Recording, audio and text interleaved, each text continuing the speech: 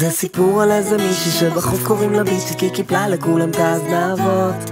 אני אפילו לא במים וצריך מציל עדיין כי טבעתי לי במחשבות. אז אם היא רק תיתן מבט קטן אני מבטיח אם מיד תרצה לתת לי עוד. בוא נשנה את האווירה ואם הייתי בחורה אז איזה שיר היה גורם לי לרקוד.